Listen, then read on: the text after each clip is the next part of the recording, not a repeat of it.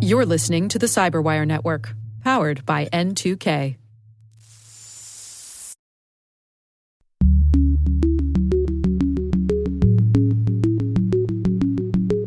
I absolutely do think that if you attempted to ban ransom payments, there are certain circumstances where organizations will just say, we have to pay the ransom anyway because we need access back to our data. Hello, everyone, and welcome to Caveat, the Cyberwire's privacy, surveillance, law, and policy podcast. I'm Dave Bittner, and joining me is my co-host, Ben Yellen from the University of Maryland Center for Health and Homeland Security. Hello, Ben. Hello, Dave. On this week's show, Ben shares the story of a judge allowing a lawsuit against Apple alleging privacy violations in its use of Siri. I've got the details on trade groups lobbying for streamlined breach reporting standards.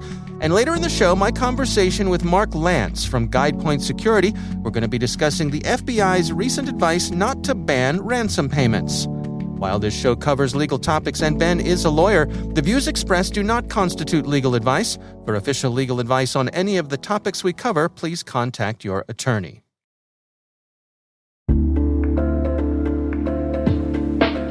And now, a word from our sponsor, SpyCloud, the cybercrime analytics leader. SpyCloud disrupts cybercrime by telling you what criminals know about your business and your customers, so you can take action to prevent ransomware, session hijacking, account takeover, and online fraud. SpyCloud constantly recaptures and analyzes new data from the criminal underground, including credentials, session cookies, and PII siphoned from malware-infected devices.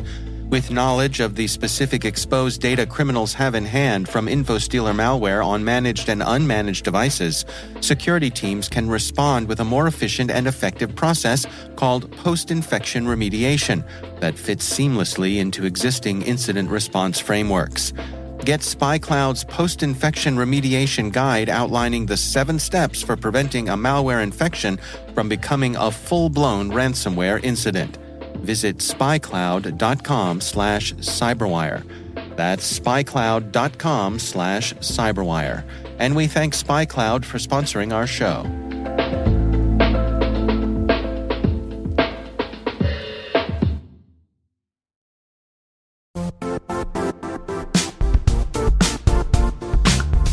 Now, a word from our sponsor, the Johns Hopkins University Information Security Institute, currently seeking qualified applicants for its innovative Master of Science in Security Informatics degree program. Study alongside world-class interdisciplinary experts and gain unparalleled educational, research, and professional experience in information security and assurance. Interested U.S. citizens should consider the National Science Foundation's CyberCore Scholarship for Service program, which covers tuition and a $6,000 annual professional development allowance, as well as providing a $37,000 additional annual stipend. Apply for the scholarship and the fall semester by March 1st. Learn more at cs.jhu.edu/MSSI.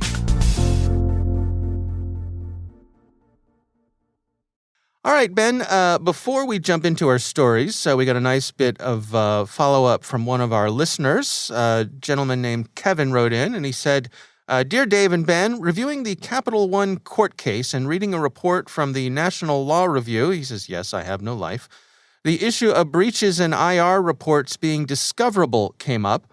Kevin asks, besides hiring your law firm to handle IR hiring, costly, you know how attorneys bill, using a company you've never used before, which takes longer to get up to speed, or writing a totally different SOW for a company you use, costly attorney fees, what are other ways a company or small business could keep their security gaps out of courts?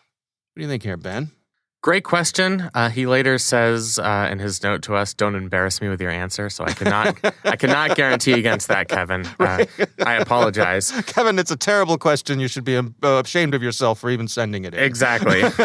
The key word here is standards.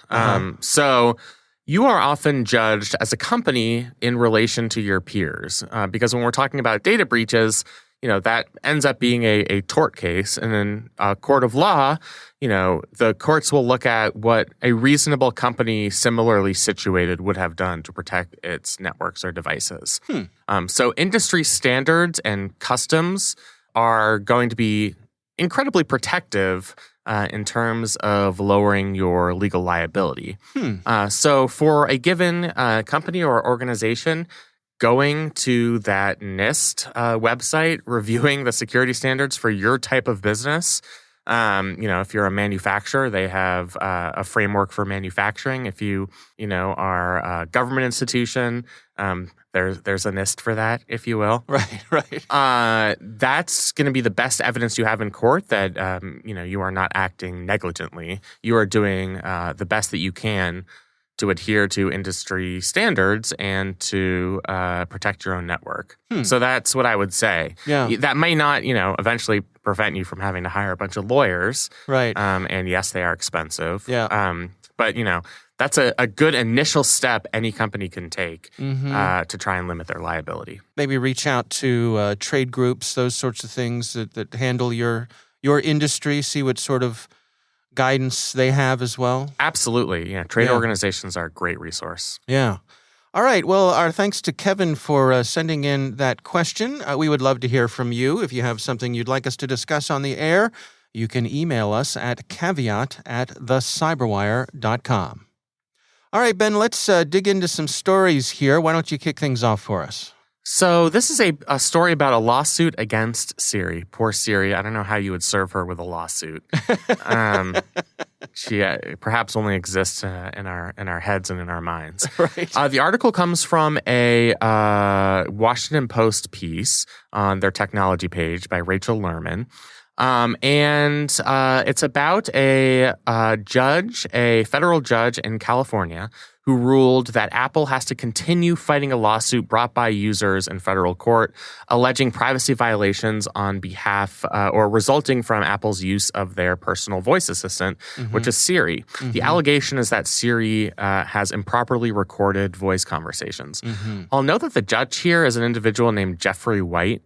I know him because he was the district court judge on a long-running electronic surveillance case that was actually finally resolved in the past several months, but it had been going on since 2008, which is all to say that Judge White has experience with these types of issues.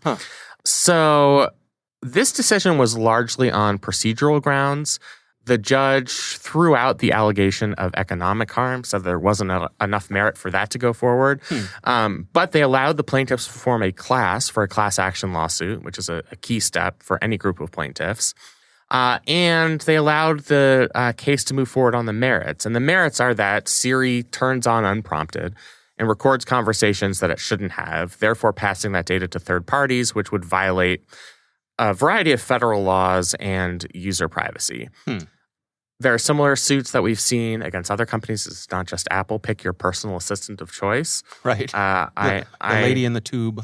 Yeah, exactly. I have Siri and Alexa myself. They're two of my best friends. Yeah. So the idea here is the Siri is only supposed to hear your wake word and then the 2 or 3 words you say before your wake word and then everything you say after your wake word. So they're listening for you to say Siri. Right.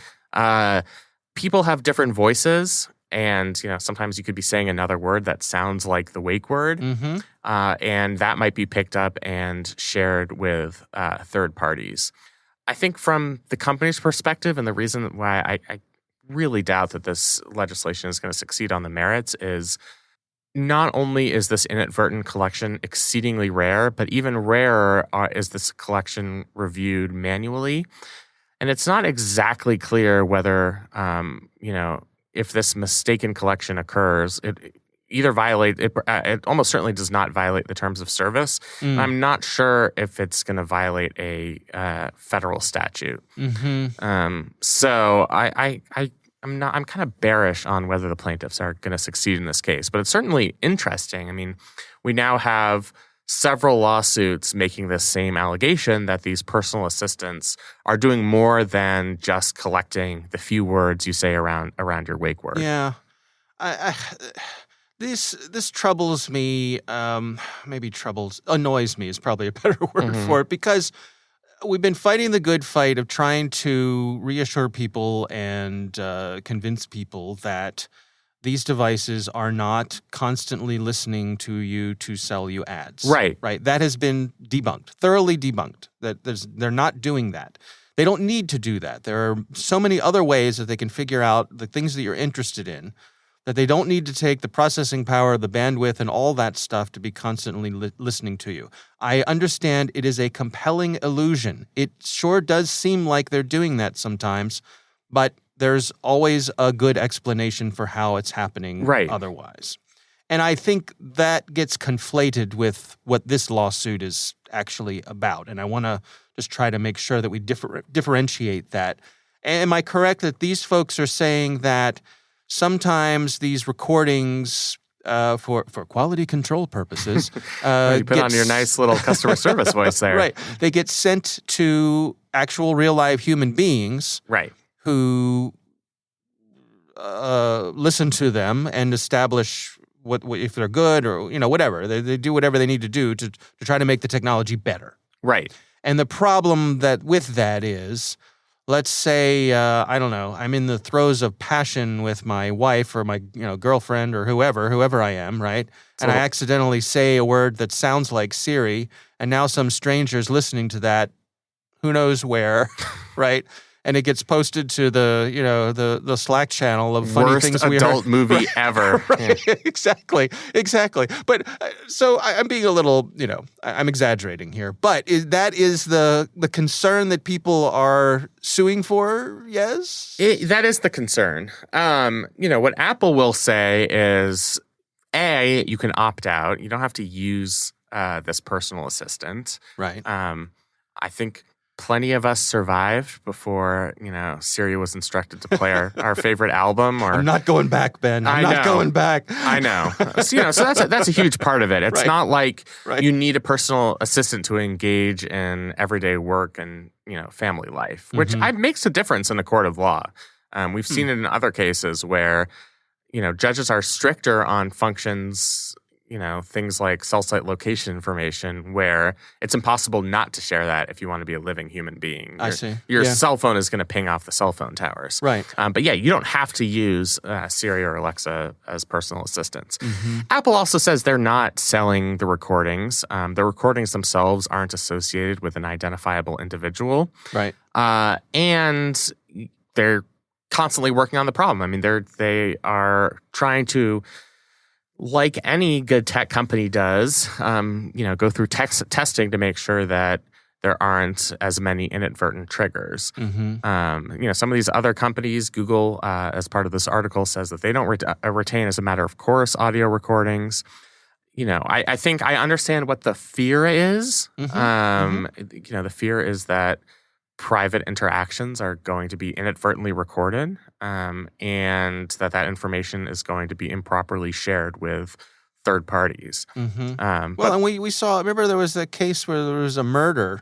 Yes. Like somebody somewhere in the deep hot south. tub or something? In a hot tub where they caught a confession because it came just before the wake word was invoked. Right. So, I mean, that's a legit privacy concern. Absolutely. Yeah, I just don't know if there's much strength in a civil class action suit. I mean, for one, they tossed out this claim of economic harm. Without having read the details of the complaint, I just don't know if they're going to be able to allege sufficient harm traceable to the conduct of these companies to allow them relief in the judicial system. So I'm skeptical of that. And I also think that, and maybe I'm being too easy on these companies, I don't think this is an issue of the companies being glib or being, negligent in protecting privacy. I think some of this really is inadvertent. Now, you can be held legally liable for inadvertent things, but it's going to be less likely if they are, complying with industry standards and doing all of that. So, I'm not optimistic on behalf of these plaintiffs, but I've been known to be wrong before. All right. Well, we will have a link to that Washington Post story in the show notes. My story this week comes from the Wall Street Journal, a story by James Rundle, and it's titled "Industry Groups Urge Lawmakers to Streamline Cyber Breach Reporting Rules." And what this comes down to is you've got some lobbying groups. In this case, in this story, they're talking about an organization called the Bank Policy Institute, which is a lobby group for large banks. And they're making the point that there are so many breach reporting requirements across states and federal that there's going to be more and more of them. This story points out there's a woman by the name of Heather Hogsett, who's the senior vice president at the Bank Policy Institute. She makes the point that a financial company could be subject to notification rules from the Office of the Comptroller of the Currency, the FDIC, the New York State Department of Financial Services, the Treasury Department, and the EU's General Data Protection Regulation organizations as well. They say the U.S. Securities and Exchange Commission is preparing a proposal on breach reports. So it sounds like industry is kind of saying, hey, enough is enough here. Is there a way that we can maybe centralize this and have one organization be a clearinghouse for these sort of notifications that then get disseminated to all the other organizations? What do you make of this, Ben? Yeah, I think this is a completely reasonable request on the part of these business lobbying groups and organizations. I mean, you can imagine how difficult it is to comply with 50 separate data breach notification laws if you're doing business in all 50 states. Mm-hmm. Not to mention the lack of clarity on, mandatory reporting. Do you have to report for an attempted break-in, or do you only have to report if your system was successfully compromised and data had been breached? Mm-hmm. So there are a couple of key debating points there. I think in a perfect world, we would have the federal government come up with a streamlined process that would preempt state laws on data breach notification. Just because I think this is an area where the federal government, because this involves interstate commerce, not to get a little too constitutionally on you, I think this is an area over which the federal government should have some control.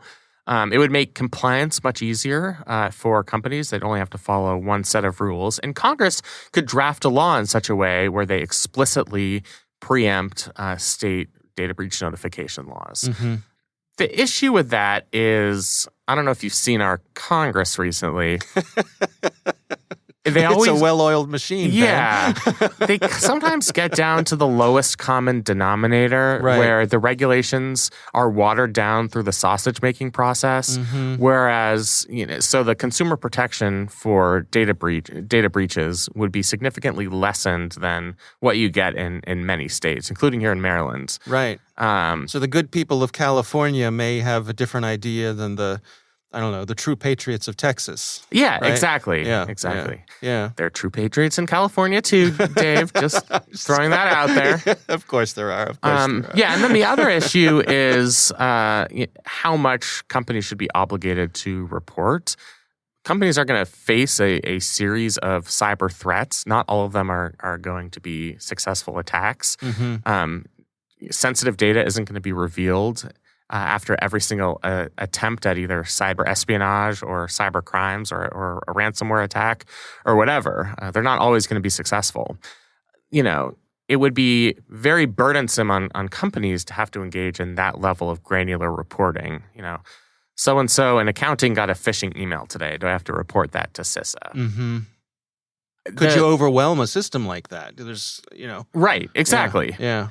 The counter-argument to that, and this was made by a Democratic Congressman, James Langevin of Rhode Island, is that in order to get a proper picture of the full, threat landscape, it's better to have more information than it is to have less information. Mm. And that might also be an argument for one of the benefits of 50 different state data breach notification laws is you probably do end up collecting more data than you otherwise would, and that data can be useful for conducting broader threat assessments. Mm-hmm. But I still think for the sake of giving these businesses some level of certainty and setting what would hopefully be a robust floor for consumer protection after data breaches, I think it would be advisable, in my opinion, for Congress to do something about this. Yeah.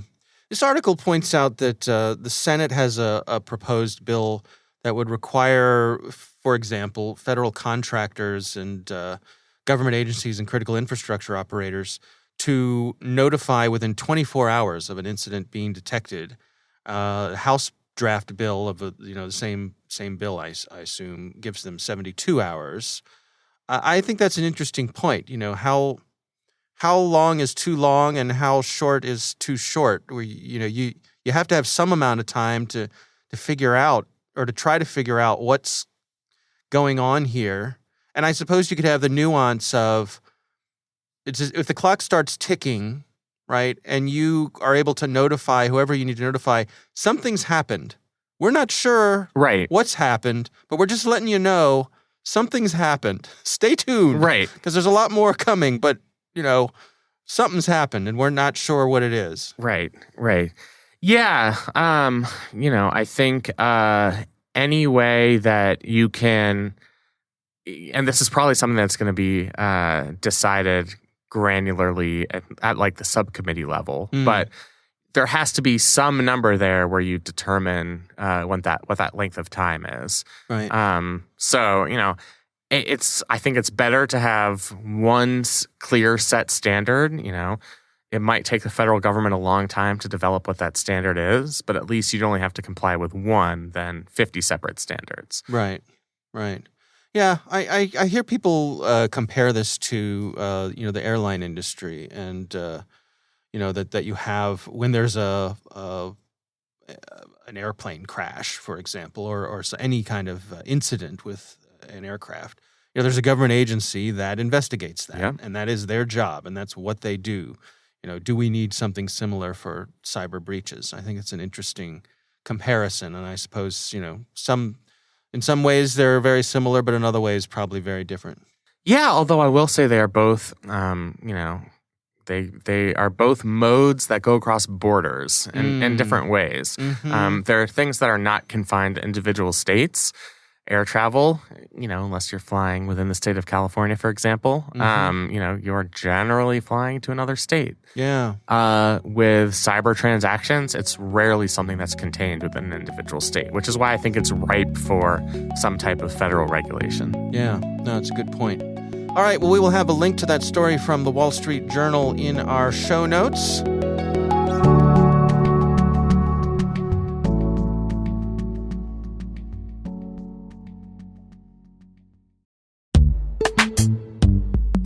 This episode is brought to you by Palo Alto Networks, the leader in cybersecurity. As AI-driven attacks increase, organizations can't afford to have network security that's stuck in the past. Discover how Palo Alto Networks can help you predict what's coming and proactively secure against it with a zero-trust, AI-powered network security platform built to secure whatever, whenever, wherever. To learn more, visit paloaltonetworks.com/network security platform.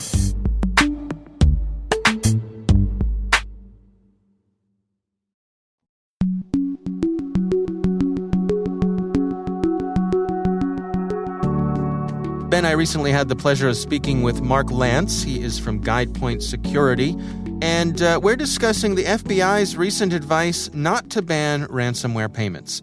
Here's my conversation with Mark Lance. I think over time, there was a stigma associated with paying ransom. And I mean, even you can tell by, looking at the threat actors, they used to have what were called name and shame sites, and they do have name and shame sites. And, at this point, I don't think there's as much shame involved with being impacted or affected by ransomware. I think it seems to be a more common trend, and, even organizations in the Fortune 50 are being impacted by this. And so nowadays, when you are hit with ransomware, I don't think it's as much of a black eye. It's more of a commonality between different organizations now that they've had to deal with it. And that's unfortunate, of course, but it's just kind of the state of the things as they are now. When you're brought in to help negotiate with some of these operators, can you give us some insights what that process is like? Yeah, absolutely. So, I think a good starting point is just talking about kind of the trend of ransomware. Obviously it started out very opportunistic, then transitioned over to organizations, more targeted threats. Initially, it was very much about operational impacts, and then eventually transitioned into, like you had mentioned, over that past 18 plus months, this additional piece of extortion. And I think because now you're not just talking about operational impacts, you are talking about theft of data and organizations that are trying to either prevent the recognition of their name being out there that they were impacted, or the loss of sensitive data, intellectual property, or whatever was stolen with their environment. I think we are seeing more and more instances where these organizations are potentially interested in paying threat actors. So I think, again, there are multiple reasons and motivations why somebody would have interest in brokering a conversation with the threat actor and potentially negotiating a ransom. And the way that typically starts is, the organization at first needs to make a determination. Do we want to make contact with the threat actor? Do we want to understand what the ransom amount is? Because we do have potential interest. And that could be, interest again, because they're completely operationally impacted. They don't have access to backups. They can't recover sensitive data or systems that they need access to. Or even instances where potentially paying the ransom and getting access to a decryption tool might be quicker than getting access to their offline backups and restoring from those. Other considerations might be that, they don't want to be publicly named and shamed or put on the threat actor's site. They don't want to have any data released due to the sensitivity of the data, just, due to the fact that they don't want that out there and recognized. So kind of multiple considerations there. And then basically the customer needs to make a determination that they do in fact want to reach out to this threat actor and understand what the ransom amount is. Understand, how much is being requested and why. And there are certain benefits to doing that. A lot of customers have interest in doing that, even if they're not necessarily interested in paying the ransom, because they might get an idea of what the threat actor is saying they stole and confirmation on certain data that they believe about the incident while an investigation is ongoing from the incident response service provider. So, with the different threat actors, there are kind of different methods for you to reach out to them based on, what their kind of standard operating procedures are. Some of them have you send an email. Others have a site built where when you're prepared to go initiate contact with them, you go insert your key into this site and, a chat window is populated and you're going to be immediately interfacing with the threat actor so that you can communicate with them on ransom amount, what they believe they have, and start the negotiation process. Do the ransomware operators know that they're dealing with a negotiator when you're involved? Is that generally part of the process or not? Not necessarily. I think ideally, want them to believe that they are interacting and working with somebody from the organization. Now, that being said, they're fully aware of kind of the brokerage and negotiation services and firms that are providing these types of services.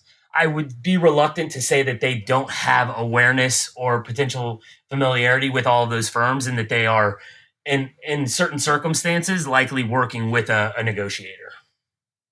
Where do things stand then today? I mean, in terms of the advice as to whether or not to pay the ransom, at the outset of this ordeal, when it was ramping up, the FBI said pretty strongly, don't pay the ransom. You're supporting a criminal operation. There's no guarantee you're going to get your money back. They might come back to you for more money. There's a whole list of reasons why they recommended not doing that. Again, that's sort of shifted, and it seems to me like organizations like the FBI are taking a more, prudent, practical, and realistic approach to this. Where do we stand? What is the current state of things? So I think that those recommendations still persist. I still do think that the FBI would advocate for people not making ransom payments if it's not necessary. Where I think you had mentioned, and I believe is occurring but there's also some more realistic perspective there and the attempt to potentially ban ransom payments. Again, I think there's a desire where they don't necessarily want you to pay them. Realistically, there might be situations where customers need to pay them to regain access to data. Again, there are instances where a organization's entire architecture is impacted, aside from access to a couple servers or a couple systems, and they don't have access to backups.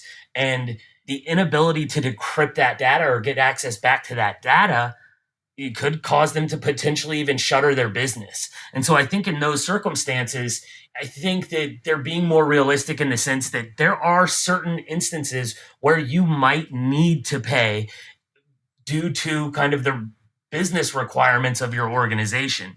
Now, that being said, I think the guidance is to try to avoid that situation and avoid, funding these criminal organizations if that is something that you can avoid, or if you can, get to the same place in the recovery stage without having to make that payment.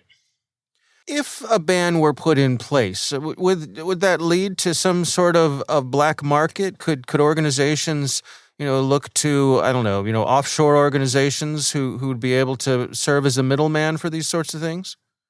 I believe so. I believe that if you attempt to ban ransom payments, there again are these instances where an organization can't function without access to their data. And I think in those instances, they're going to find a way to ensure that that ransom payment is made so that they can retrieve their data, so that they can get their business operational and functioning again. And so I think by placing a ban in those situations, again, you're driving people towards a market where they are potentially going to do whatever it takes to try to recover that data and to pay that ransom so that they can recover. I think it could lead to, organizations or fronted organizations that are potentially even providing those services to customers and maybe not acknowledging that that's what they're doing. I mean, there is history of some companies out there who will, decrypt systems for a dollar amount, and they're not necessarily acknowledging that behind the scenes they're going to these threat actors and they are negotiating terms and getting access to decryption keys for certain systems. And so I think that, there is the potential for, black market services, fronts for services that are being performed but not acknowledged offshore. But I absolutely do think that if you attempted to ban ransom payments, there are certain circumstances where organizations will just say, we have to pay the ransom anyway because we need access back to our data. Are you optimistic that we're going to get a better handle on this? How do you think things are going to play out in the future here when it comes to ransomware?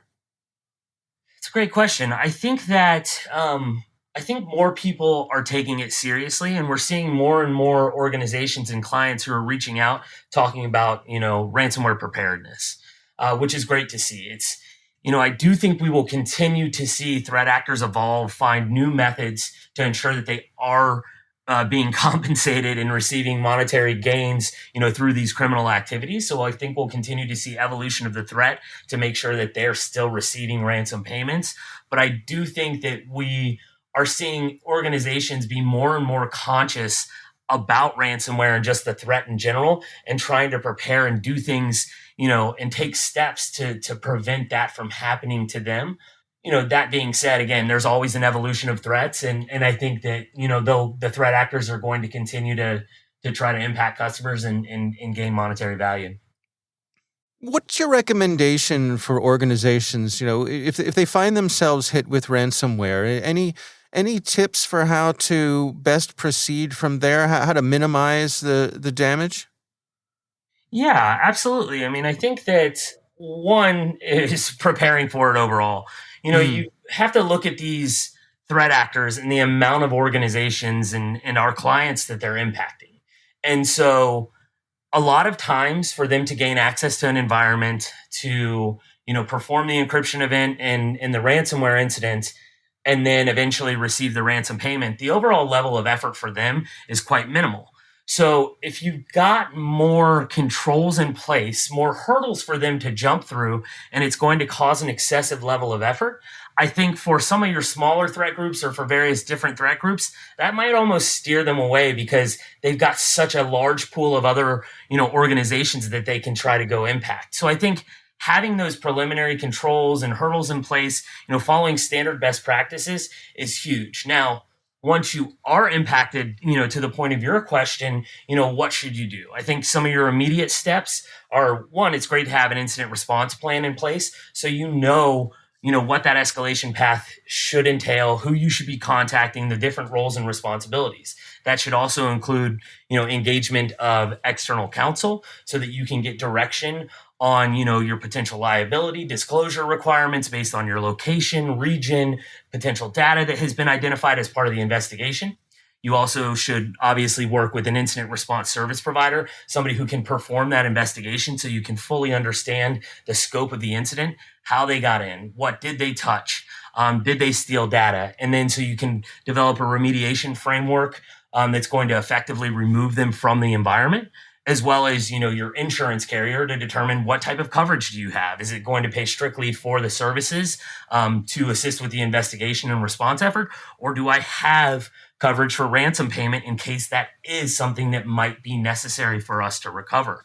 And then the last thing I would say is just while you're going through this process of, performing your escalations and leveraging your incident response plan, in the interim, while you certainly want to take steps to contain the threat and start, working towards recovery, you definitely do not want to muddy the water forensically. You don't necessarily want to, start rebuilding or re-imaging systems without ensuring that you have copies of those, because we have seen numerous instances where customers will start rebuilding, re-imaging, and we realize that there is an urgency to restore operationally. But by doing so, they're removing forensic artifacts that are going to allow us to fully understand what that incident scope was and how they got in, what systems they did touch, so that we can answer those questions for them on the best next steps.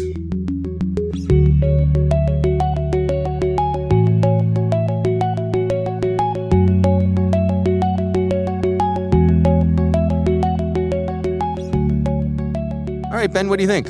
That's fascinating stuff. I do think we've seen this transition, as Mr. Lance indicated, from where we were several years ago, where the advice was obvious: do not pay the ransom. Right. We're rewarding bad actors, that your valuable information might not even be decrypted, et cetera, et cetera. I think that message, as Mark said in the interview, is still the message. I think that's still better advice than any other potential alternative. I think what's changed is now we acknowledge the reality of the trade-offs.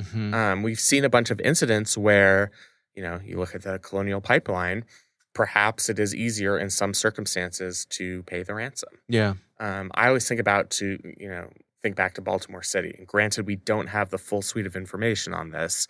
That would be necessary to make an informed decision. This is all post hoc, but that was $18 million in damages and lost revenue, the inability to record real estate transactions, inability of people to pay water bills. They were asking for $90,000 in Bitcoin as a ransom payment. Right. Sometimes you have to contend with the reality of that cost-benefit analysis, even if there is a moral hazard, where you are rewarding bad actors. If this is not unique to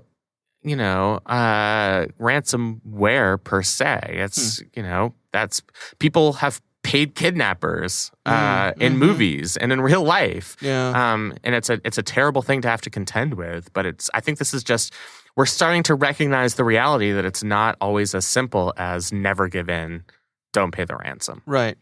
There's more nuance than that. For example, there to be an outright federal ban on paying ransom payments, the FBI is saying, let's not go that far. We're not ready for that yet. Yeah. All right. Well, our thanks to Mark Lance from GuidePoint Security for joining us. We do appreciate him taking the time.